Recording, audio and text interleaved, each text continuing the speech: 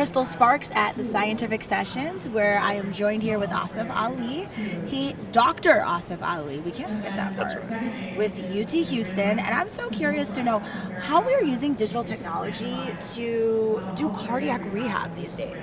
Sure. So I just got off the stage from giving a talk on digital remote cardiac rehab, and we know that it is underutilized already when we look at patients coming out of the hospital. So these are patients coming from having a major heart attack, having heart surgeries like aortic stenosis or mitral valve replacement, or even having a heart attack and having a CABG.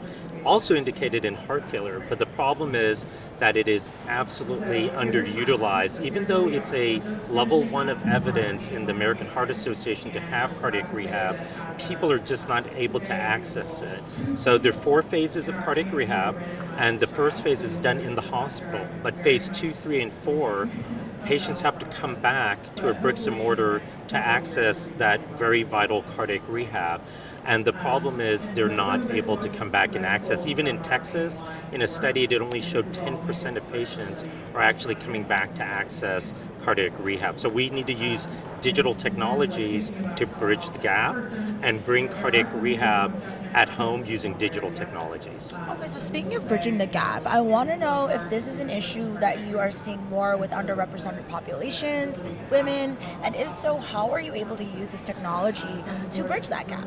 So it's a great question, and unfortunately women are definitely underutilized, and also minorities, so Hispanics and Blacks traditionally are actually even less represented in the population that are actually accessing cardiac rehab. So the really way to do this is as the patients are leaving the hospital in transition of care, to really do almost like a meds to bed, like they're leaving the hospital, we need to be able to prescribe digital cardiac rehab to their home. And so literally a drop ship where they can access the information from home and provide it back to the individuals that are providing the cardiac rehab.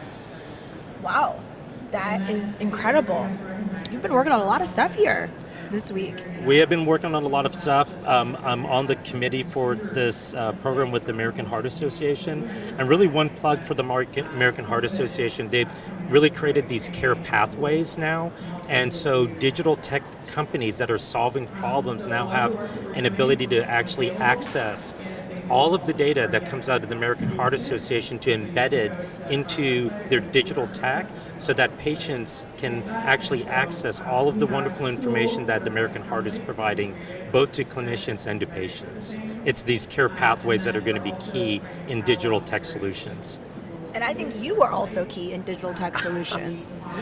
You've been going and going. Thank you so much for your time.